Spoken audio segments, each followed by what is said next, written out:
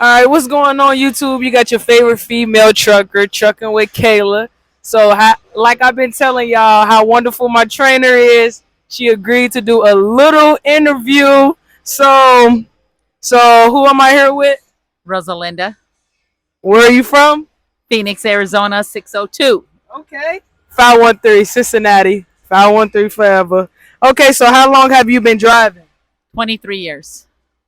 What company do you currently drive for? Night transportation, and I do ports. Are you a company driver or owner operator? I'm a company driver How long have you been with night transportation? going on 2.5 years. How long have you been a trainer for? Wow. Probably over 10 years. Okay. I'm sorry, y'all. I'll write a little sloppy. What made you want to be a trainer? Hold the mic. There you go. The reason why I wanted to be a trainer was for a lot of reasons. When I first started out driving as a new driver, I had the worst experience ever. Worst experience. All those horror stories, they are true. And since I had that experience, I never wanted somebody to go through that experience. And I told myself, I'm going to be a better trainer for someone else.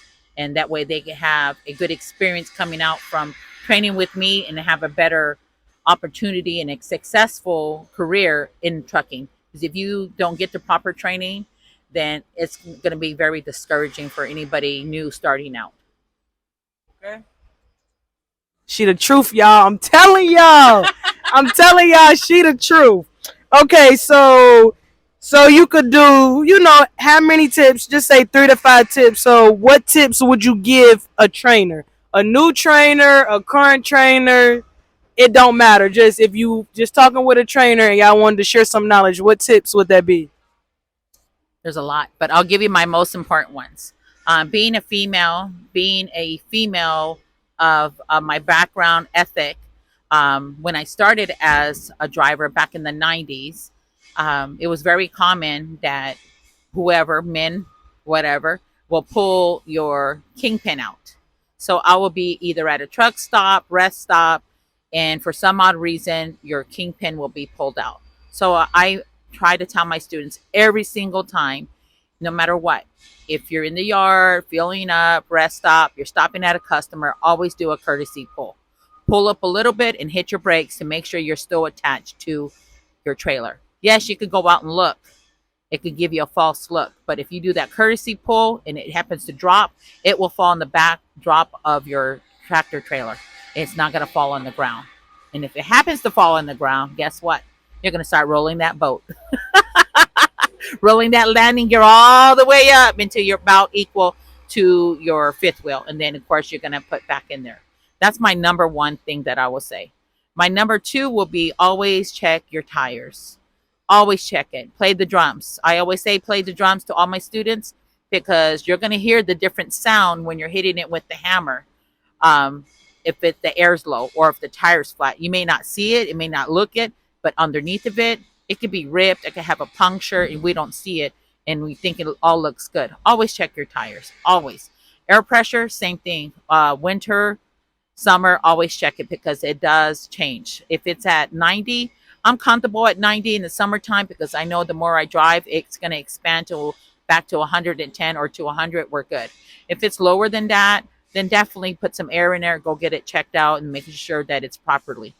The other thing I like to also give the tip is I should have said that in the first is backing up to your trailer and why you do a courtesy pull when you hook up to a trailer is because of our weather. If you're in cold climates, that grease in the bottom of that fifth wheel will kind of freeze up a little bit. And then when you hook up to the back of your trailer, it's going to act like a suction cup and it's going to act like it's locked and it's not. So you want to do two courtesy pulls. Now, if you're in the hot heat like here in Arizona, it's going to do the same effect. Now, the grease is all melted and slippery and it's going to act like a suction cup once again. And of course, you want to do a courtesy pull all the time. I would say those are my main majority things that I like to pass on. And of course, my honey bucket. Okay, you can keep it. You can keep it. So the next question is the same exact thing. What is 3 tips that you would give a trainee? Trips as in driving or inside your cab Just or in general, just 3 tips that come to mind that you want to give your trainees. It can be in cab, out, it can be you know what? flight, Map. anything. You're mapping. Okay. There's a lot of expensive maps, trucker maps, and everything. I grew up in an era where we didn't have that. We didn't have smart GPS or these smartphones. I actually have a map where I had to map out everything and write it on my window. You guys are lucky, very lucky. So if you use Google Maps, and I say Google Maps because it's probably the accurate one and it's going to be the best, put it on your satellite. Satellite is going to give you an actual vision of the place you're going to go. And of course, those maps are made for cars, not for semi trucks. So do your homework before you start your trip. Open up your map, make sure all the roads you're going to go on are on freeways. Trucks are able to go on there. Make sure your bridges are good. Those are the scary thing is the bridges. Because once you're face to face with that bridge, you need to learn how to make sure you know how to back up really good out of there. But always look at your map because when you get to your final destination, that final destination is going to actually take you to the parking lot, the employee parking lot or visitors parking lot. It's once again, it's not for semi trucks. So then you're going to look at your map, look at the warehouse, and see where the entrance is at, see where the trailers are at, see what pathway you might be able to see a truck going that way. Then you know that's where you need to go. And if you're not too sure, always pull either on the side of the road or in the middle of the turning road, in the middle of both axes of the road, the turning road, and get off and look. Put your hazards on, get off and look, and take a little walk to make sure that's you're able to go in there, your truck's able to fit in there, and you have enough room to turn around if you need to. And never, never, ever, ever, ever, ever, ever, ever make a U-turn on a major road. Never. That's a big no-no. I think the GPS is probably my most important thing that I would like to stress on that. The other thing also is make sure you carry extra food, water, and extra blankets. Even in the summertime, weather's been very unpredictable, no matter where you're at, and that way you're stocked up. Because if your truck happens to break down and you don't have no heat, at least you got blankets. If your truck breaks down and you don't got no food, you got water to drink and snacks. Always carry a little extra on that. And also, since society has changed since COVID, I always like to show my students to make sure they have a honey bucket because us as women, we cannot go to a lot of places that men could go. And not only that, I'm very picky where I drop it at. So I hate to say it, I'll go in my honey bucket. Make sure you have black bags, you know. Yeah. Want to be walking out there like this. And I have other stuff that I show my students. That's good tips for us women using the restroom on that. Okay, the last questions was like 1 or 2 questions. So 3 things that you love about being a trainer and 3 things you dislike. Or you could take the trainer out. 3 things that you like about truck driving or 3 things you dislike about being a truck driver. Well, being a truck driver, I always like it. I like to drive. I could go down the same road thousands of times, which I have, especially California, Arizona. I always find something new to look at, the scenery or something. Always different. I like my me time. And I say me time, it's my selfish time. I could sit there and listen to my music, sing. I have karaoke concerts in my truck all the time. It starts every 15 minutes. Just to let you know, I love that. And only that I love training is that I'm able to pass on my knowledge to the next generation. I like to empower other women. That's my most thing. That this job is not just made for men, it's made for women. And we're capable of doing it no matter what size you are, tall, short. I've trained them all. You're capable of doing it with the patience and taking your time, definitely taking your time. And the big key is taking your time is backing up. Take your time, get out and look, always get out and look, and go slow. There's no big rush. You need to block out everybody around you and stuff with that. But I love training because of that. And just passing on that baton to the next woman out there, you know, that they're capable of doing it and setting up for their next journey. So I really enjoy it. And not only that, I get to meet new people all the time too. So long life friends, hopefully. Michaela. Yeah, I'm gonna be giving her a call. Trust and believe. So she said all the good, but I think she must have forgot where I said, "Where's the bad?"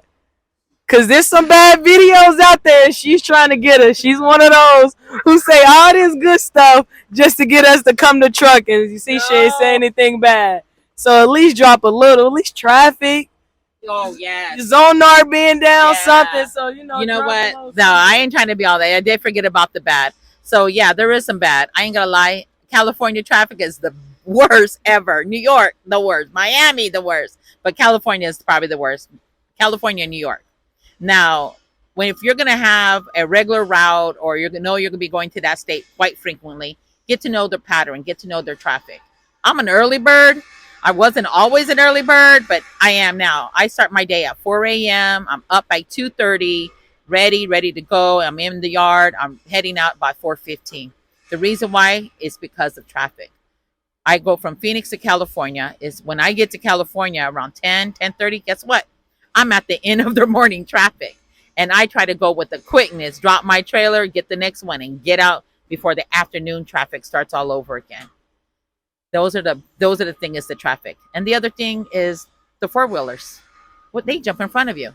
I think all four wheelers need to get in the semi truck for a day in traffic and see the reality, and or better yet, drive it.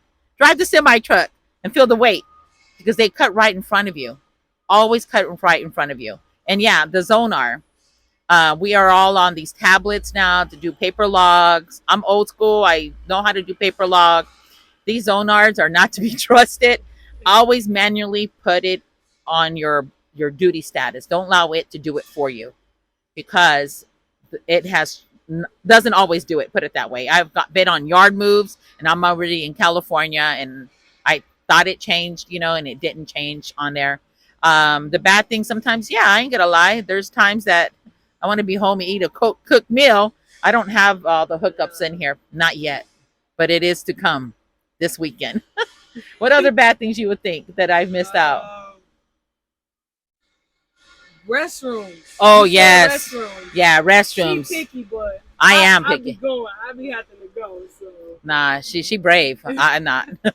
I'd rather pop a squat behind my trailer, buy my catwalk in the back, and hide and do my business. But of course, I do have my honey bucket, and I do train, so it's not like I'm gonna pull it out in front of her, So we have to have respect that part. But yeah, the restroom part, yeah, I'm very picky. I don't stop at certain rest areas. I don't stop at all the truck stops. I'm very picky. I am, and I always stop at Love's. All those are the ones I've always seen super clean. Flying J, it's not so bad, but they kind of old a little bit. But yeah, restroom part, yeah, and the shower part too. I'm a little picky. If they're dirty inside, and they're usually always clean. I ain't gonna lie, they're always clean. But to my standards of clean, if I see mold, I ain't gonna go up in there. Hell no. See, I'm going. I be having to go. I'm going. No, I mean I'll go to restroom, but not go in there take a shower. If I see all that. No, I won't go. Lay it down. Nah. Get them hot spots. I'll do the hot spots up in my truck. Yeah, I'll get out, bust out with my wipes, my washcloth, and get all the important spots because that's where it needs to be at. Yep, that's it. Okay, y'all. Well, that's it. I told y'all she's amazing. She's best trainer. I told y'all she been gassing me. I've been letting them know. I said my trainer just always say I'm doing so good. She just gassing me a little bit. She's doing really good. Because I've gotten students from right off the Wait, bat. Hold on. They might not be able to hear you. There you go. Oh. Let them hear you talk good about me. Okay. So I've gotten several students, and I could get the feel on them on the first day. And I'm like, oh, hell to the no. It's going to be a workout for me. And I could tell by how they get in the truck and they start driving, what's their hesitations. I could really read them. And when they're off my truck, believe it or not, I'm going to know why they're calling me back. I know she's going to call me about the Zonar.